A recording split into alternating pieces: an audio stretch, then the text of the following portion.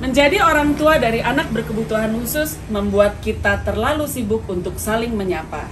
Tapi di tempat ini, tempat bercerita, kita bisa saling menyapa, bercerita, serta berbagi pengalaman tentang anak-anak spesial kita dan tentang apa saja.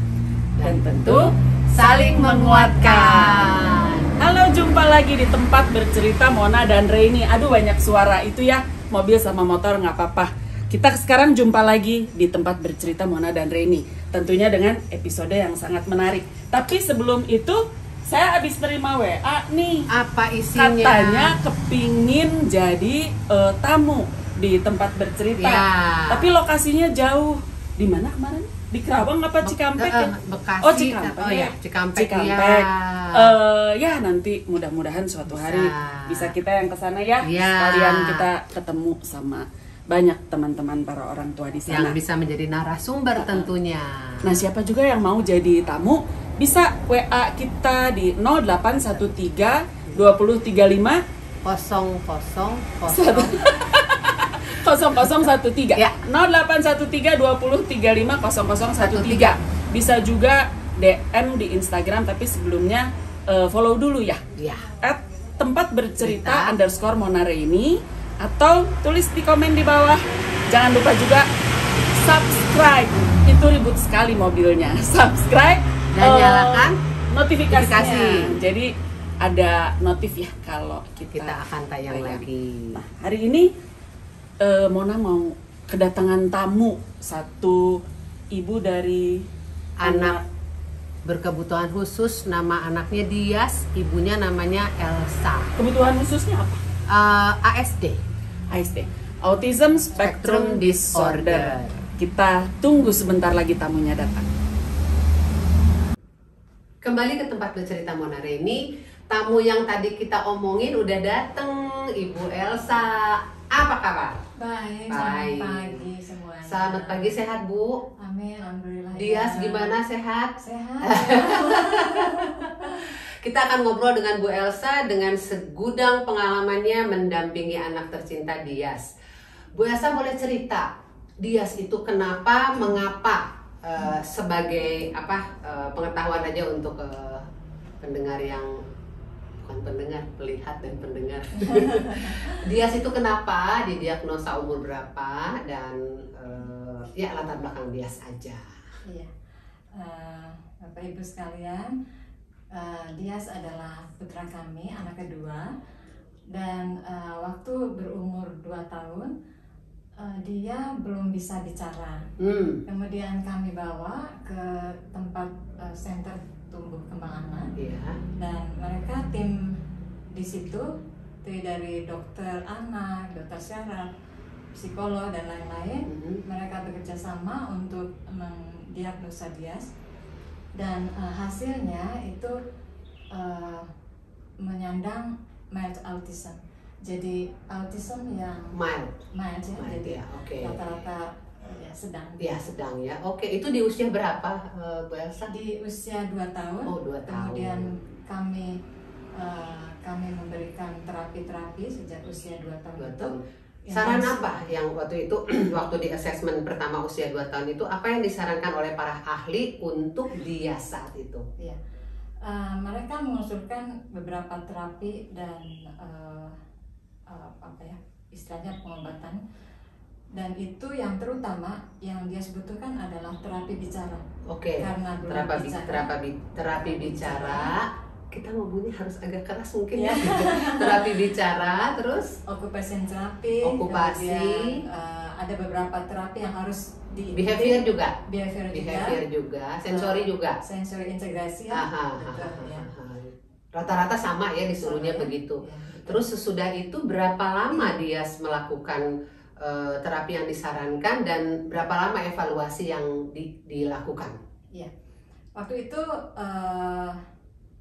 sejak usia 2,5 tahun ya, sejak usia 2 tahun lebih itu saya membawa Dias dari, karena kami tinggal di Balikpapan, saya membawa Dias ke Bandung dan saya pelajari selama 5 bulan di Bandung terapi-terapi tersebut. Kemudian setelah 5 bulan kami berdua kembali ke Balikpapan dan kami lanjutkan terapi-terapi itu intensif tiap hari. Oh, waktu itu papanya tugasnya di Balikpapan ya. Ya. Jadi saran dari para ahli ini direkam dulu sama Bu Elsa 5 bulan, lalu dibawa ke Balikpapan dan Bu Elsa melakukan terapi yang disarankan oleh para ahli itu ke Balikpapan. Ya. Waktu pertama kali Bu Elsa menerima diagnosa bahwa Dias ini mild spectrum disorder ya, mild autism spectrum disorder, rasanya kayak gimana sih? Ya, memang itu adalah sesuatu hal yang baru bagi kami, saya, suami dan kakaknya Dias. Tetapi kami berdua sebagai orang tua sama sekali tidak menganggap itu sebagai beban. Ya. Tetapi malah menjadi suatu berkat. Berkat, betul. Karena dengan demikian kami boleh mengetahui lebih luas mengenai anak-anak berkebutuhan khusus. Kemudian kami mempelajari sesuatu yang baru. Iya. Dan itu ilmu baru ya, Bu? Ilmu baru. Dan itu menjadi berkat lah bagi kami. Itu awalnya. Nanti kita lanjutin lagi pembicaraan kita sesudah break berikut ini.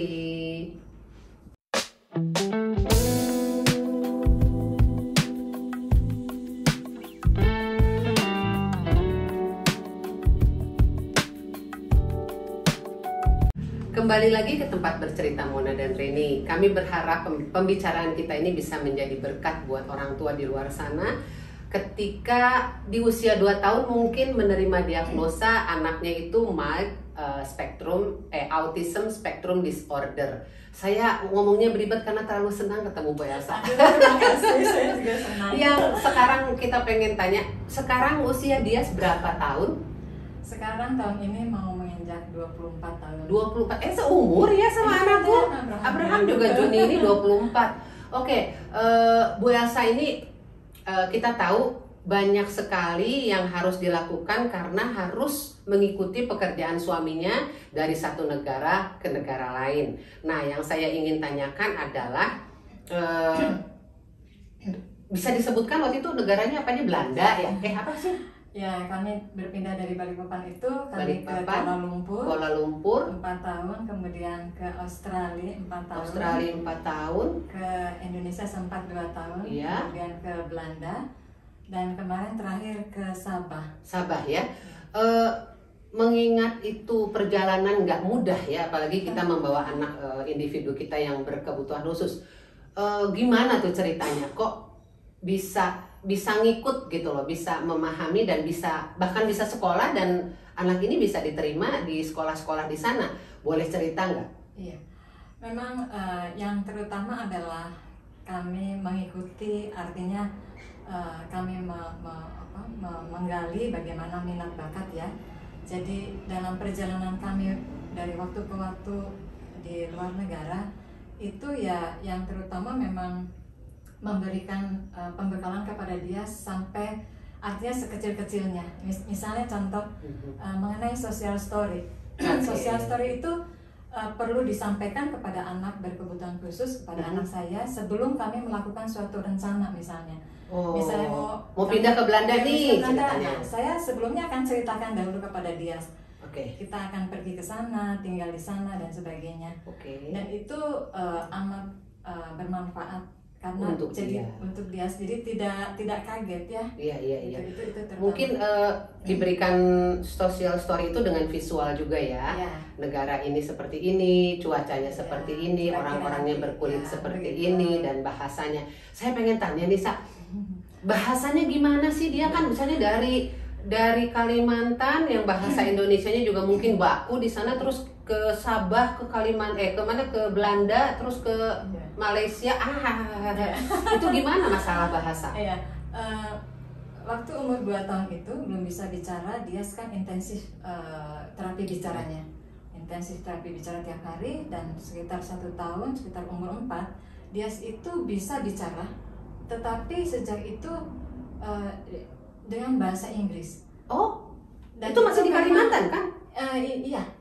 Karena di Kalimantan 4 tahun kan? Iya, di Kalimantan sebelum pindah ke Kuala Lumpur masih umur kecil kan? Kecil ya, terus Iya. terus. Dan saya juga waktu itu heran mengapa Dari mana dia dapat bahasa kami itu? juga tidak tahu ya. Jadi tiba-tiba dia bicara umur 4 bahasa Inggris. Lalu kami konsultasi dengan tim mereka.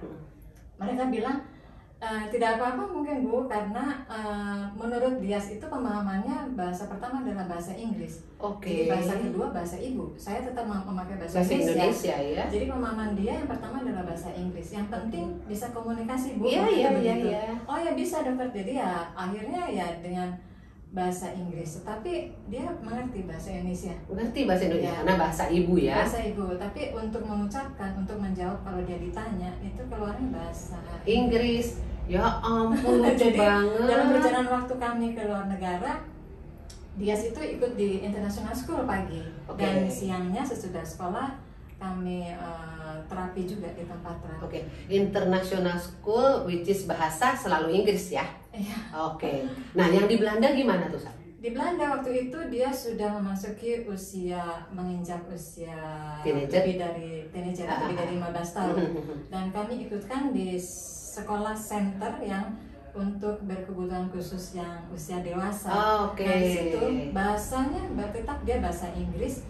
Jadi dicarikan wali kelas dan teman-temannya yang sekitar dia itu yang bisa berbahasa Inggris. Tetapi dia mendapatkan pelajaran bahasa Belanda setiap hari Rabu. Dia Jadi ya mau dia. Aduh, senengnya. Ya, itu pengetahuan juga baru untuk dia. Ada beberapa kata yang mungkin dia Dan itu pasti dalam banget ya dia ya. Pelajari bahasa Belanda lah sedikit.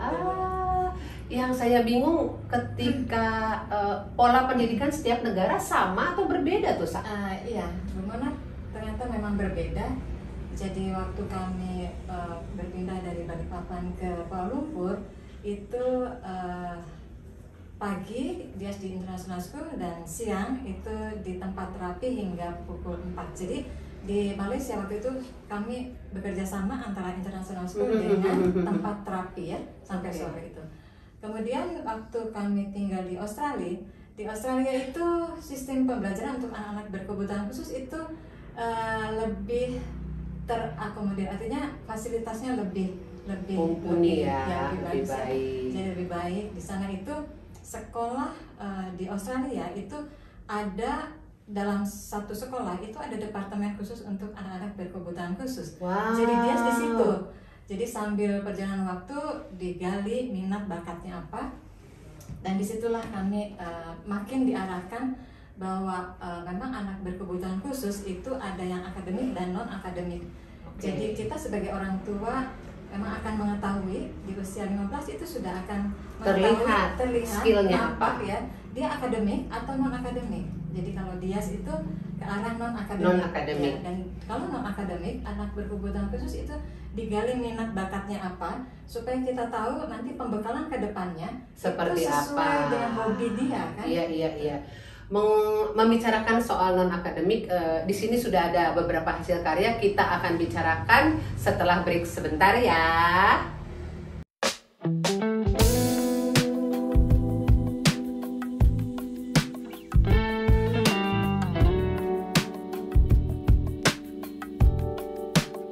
Masih di tempat bercerita Mona dan Raini, kali ini saya gemes pengen ikutan gitu karena obrolannya menarik dari tadi.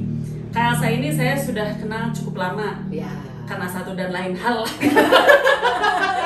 Jadi saya panggilnya Kak Elsa.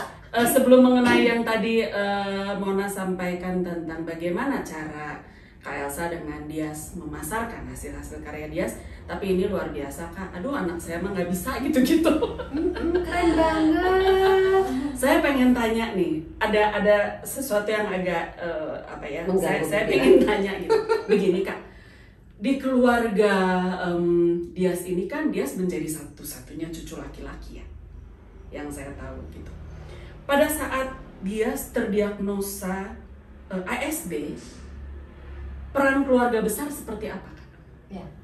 Ya, Bu Reni, kami keluarga besar ya, keluarga suami dan keluarga saya itu puji syukur sama-sama mendukung dengan kehadiran Dias. Jadi sama sekali tidak ada hambatan atau apapun yang saya alami waktu itu. Jadi kami dari Dias umur 2 tahun tuh saya dari Balikpapan ke Bandung, itu kami tinggal di rumah mertua dan gitu? iya betul, dan Untuk itu diagnosa ya. betul-betul dukungan yang begitu support untuk kami berdua, begitu positif bagi kami. Itu sangat berarti ya Bu Elsa ya. Berarti, ya. Dukungan Dan sangat berarti. betul, keluarga. Iya. Karena betul. itu hal yang sangat penting, di mana anak berkebutuhan khusus itu yang terutama adalah harus kita memberikan kasih sayang. Itu kunci utama. Jadi dari situ kalau anak mengalami sesuatu yang nyaman karena dia dicintai, disayangi, itu biasanya Feedbacknya bagus. Ya, bagus. Lalu apa yang dia harus belajar dan sebagainya itu berjalan lancar biasanya begitu. Jadi kunci utama adalah Kasih kita sayang. harus menyayangi mereka. Jadi spesial kali ini saya mau menyapa juga Bang Lukas. Aduh, sudah lama nggak ketemu, Iya. suaminya Kak Elsa. Halo Bang Lukas. Sama Frans juga, kalau Frans masih suka WA-an sama saya. Oke. Satu lagi nggak usah. Nah, terus saya ada satu lagi yang pengen saya tanya. Kan Kak Elsa dengan keluarga, begitu pula berarti dengan Dias dan Kalista gitu, mengikuti kemanapun Bang Lukas bekerja, ya, berdinas gitu, dari negara ke negara. Kalau untuk anak-anak reguler mungkin itu akan menjadi experience yang luar biasa plus menyenangkan. Tapi tidak demikian dengan anak-anak berkebutuhan khusus. Karena di satu masa saya juga pernah menolak penempatan gitu ya. Saat saya naik jabatan lalu saya harus dipindah, saya nggak mau gitu karena saya memikirkan abang gitu. Nah, tipsnya apa untuk membawa, jangan pindah lah. Kadang-kadang kita mau pergi jauh aja ya naik pesawat, aduh gimana ya nanti di jalannya, aduh gimana ya. Sosial story-nya gitu. segini. Mungkin kalau anak Down syndrome lebih mudah ya Kak ya, kayak saya menghadapi abang gitu. Asal dia kenyang, asal dia punya mainan, dia tidur udah gitu. Tapi tidak demikian dengan para anak ASD. Karena saya juga baru tahu setelah saya banyak ngobrol dengan Mona, kalau Abraham pertama kali datang ke suatu tempat itu harus storytelling dulu. Storytelling itu apa? Saya bilang, kan saya nggak ngalamin gitu. Nah tipsnya apa Kak? Jadi semuanya tuh kelihatannya smooth atau sebetulnya enggak? Gitu. Memang yang tadi kita bicarakan bahwa yang terutama adalah memberikan kasih sayang, itu yang terutama. Yang kedua, dalam perjalanan waktu kita berusaha untuk mengenal anak kita. Jadi sampai sedetail kalau bisa. Jadi misalnya kesukaan Dias itu suka binatang. Jadi mainan atau dia menggambar atau dia nonton film anak kecil tuh dia suka binatang. Jadi itu salah satu contoh sebagai apa ya? Misalnya begini. Kami dalam perjalanan naik pesawat, ya karena dia suka binatang, ya saya bawakan mainan yang dia suka, yang binatang gitu ya. Jadi dengan mengenal lebih detail bagaimana kondisi anak kita, ya kita akan bisa mengcover, mengikuti suasana yang baru dengan bersentuhan dengan apa yang dia suka. Ya betul. Jadi disesuaikan dengan kondisi anak. Jadi selama ini tidak ada ya kendala yang amat berat atau bagaimana dalam perjalanan waktu saya dari satu negara ke negara lain begitu. Karena mamanya bonding banget. Ya, saya betul-betul ingin tahu Dias kan. Jadi dalam perjalanan waktu kemana-mana ya sambil disesuaikan kondisi Dias dengan situasi yang baru itu. Storytelling juga kan Kak? Iya betul. Kalau Mona kan beberapa waktu lalu nih belum lama pernah mengalami kejadian luar biasa. Abraham bilang, lalu dia nyarinya bukan ngejar Abraham tapi ke sini. Lalu dia menangis-nangis di sini. Aduh, pernah nggak ada kejadian yang buat Kak Elsa, aduh, ya luar biasa.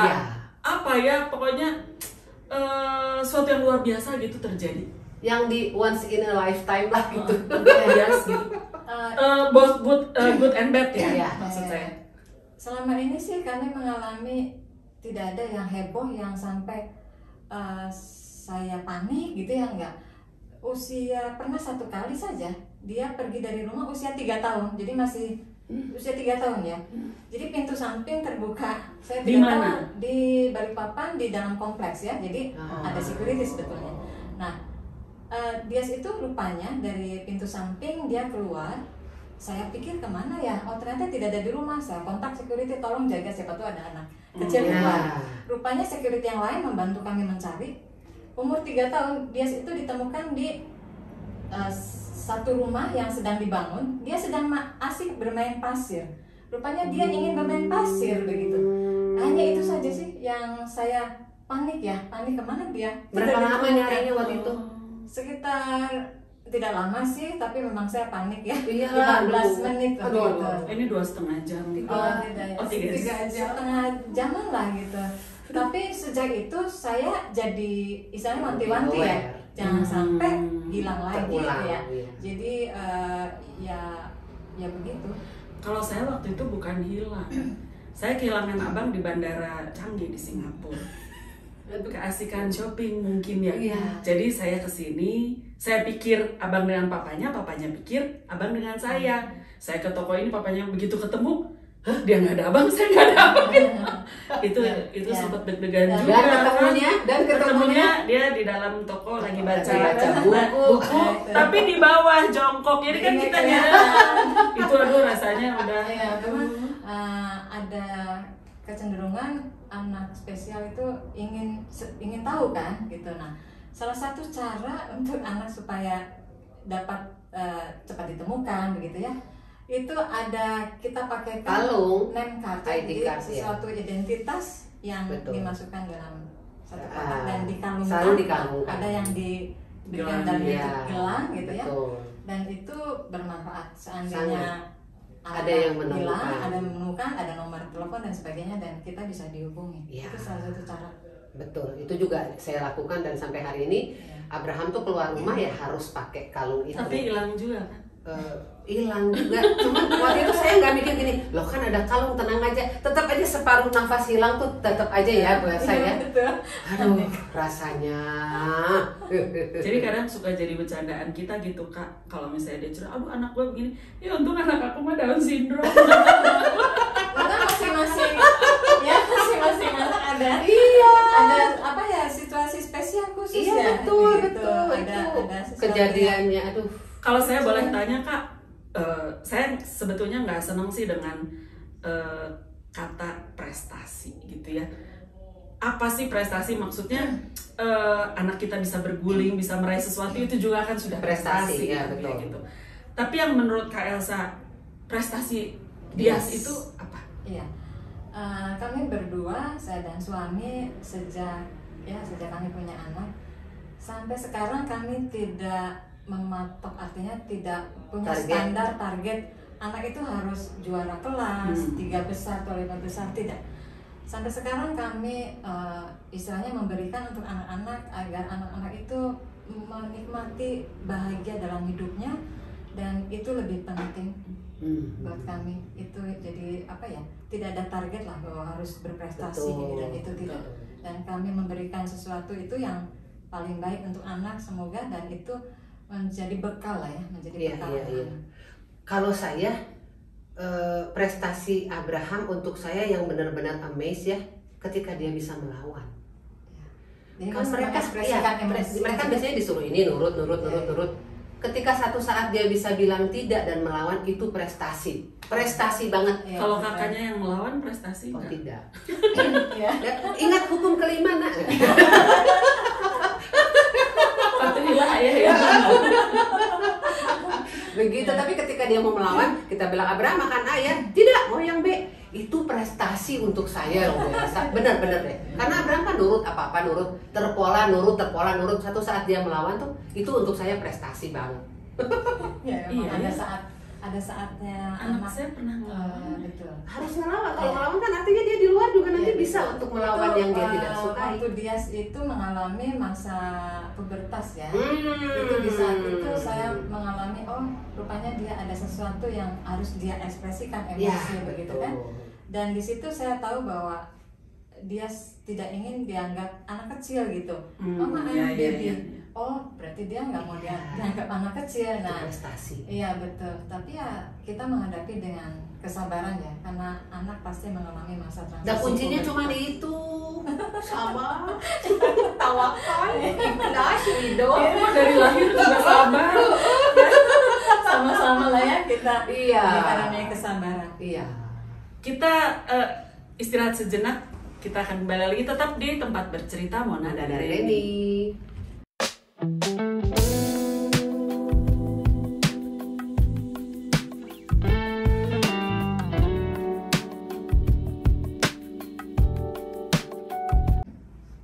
Kembali lagi ke tempat bercerita Mona dan Reni. Kita sudah di penghujung wawancara dengan Ibu Elsa. Nih untuk penutupnya Bu Elsa, saya mau tanya, kira-kira harapan apa yang ada di hati Ibu Elsa untuk Dias, untuk orang tua, dan untuk pemerintah? Ya. Dari saya kira-kira ya seperti yang tadi disampaikan, saya menerapkan bahwa anak berkebutuhan khusus itu perlu kasih sayang tadi ya. Kasih pertama. sayang. Kemudian untuk yang non akademik seperti Dias perlu digali minat bakatnya apa supaya pembekalannya untuk masa dewasa itu sesuai dengan hobi minat bakat mereka. Oke. Kemudian mungkin dari pengalaman saya sudah 20 tahun lebih mendampingi Dias. Iya. 24 lah. 24 lah ya. Ya, 24. Nah, ya dari pengalaman kami sih untuk Bapak Ibu yang memiliki anak-anak anak berkebutuhan khusus dari kecil, sebaiknya memang menerapkan terapi-terapi yang diperlukan agar itu memang bermanfaat sekali di usia anak selanjutnya. Terapi-terapi yang disarankan oleh para ahli. Ya, betul. Dan alangkah baiknya juga Bapak Ibu ikut dalam satu komunitas yang di dalamnya adalah orang tua, para terapis, ada juga para ahli, ada dokter, satu komunitas yang memang bisa support anytime ya. Betul. Itu amat membantu dalam Sangat. pendampingan anak-anak spesial. Apalagi kalau kita lagi galau ya. Iya betul, bisa saling sharing. Iya betul. Saling menguatkan. Ingat nggak kita waktu itu jam berapa, jam 10 malam ada orang tua yang bermasalah, kita langsung kasih support ini. Betul. Itu membantu banget tahu di komunitas itu. Ya, saling kita membantu. dukung banget dan kita ya harus bisa, yang kita kadang-kadang nggak tidur ya jam 10 atau lagi anak-anak lagi bermasalah. Di grup itu bisa loh jam 1 jam 2 tuh ada yang teriak soal ini, dan saat itu juga bisa membantu minimal sambil nunggu matahari terbit karena sudah subuh ya. Harapan untuk pemerintah apa nih Bu Elsa? Ya karena Dias menghasilkan kerajinan tangan seperti yang tadi ditunjukkan, ya saya berharap bahwa mungkin ada jalur pemasaran begitu untuk hasil karya mereka yang handmade ya, mereka ya. Nanti mungkin Dekarnas Dekarnas itulah Dinas Kerajinan Nasional ya. Mungkin bisa membantu terlibat dalam menunjukkan hasil karya anak-anak berkebutuhan khusus. Itu harapannya. Terima kasih Bu Elsa sudah datang ke tempat bercerita Mona Reni. Terima kasih juga buat ilmunya. Jangan lupa kirim foto-foto Dias dan semua kegiatannya selama dari usia, kalau bisa dari kecil sampai gede, supaya orang tua di sana juga merasa terberkati dan tidak merasa sendiri ketika anak-anak mereka didiagnosa mild autism spectrum disorder seperti Dias. Dan mereka juga bisa mendengarkan cerita Mama Dias tentang hasil karya, tentang pendampingan, tentang sekolah, juga tentang harapannya. Jadi sekali lagi terima kasih, semoga jadi berkat untuk kami semua. Dan terima kasih sama-sama. Sama-sama ya. Jangan lupa kita selalu bikin di akhir acara selalu kita sarankan untuk like dan subscribe. Jangan juga lupa untuk menyalakan notifikasi supaya ketika ada episode yang akan datang, kita selalu tayang setiap hari Sabtu, tapi jamnya belum bisa ditentukan. Oke, terima kasih, sampai berjumpa. Sampai jumpa.